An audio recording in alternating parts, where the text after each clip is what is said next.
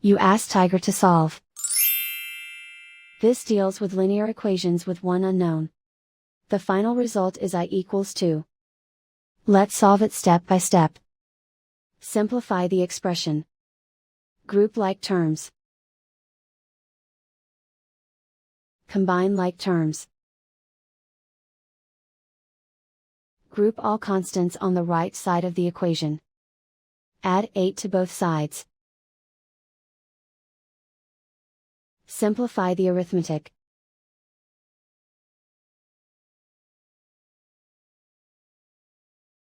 Isolate the I. Divide both sides by 4. Simplify the fraction.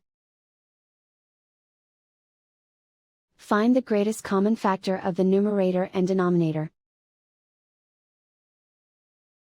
Factor out and cancel the greatest common factor. And so the final result is I equals 2.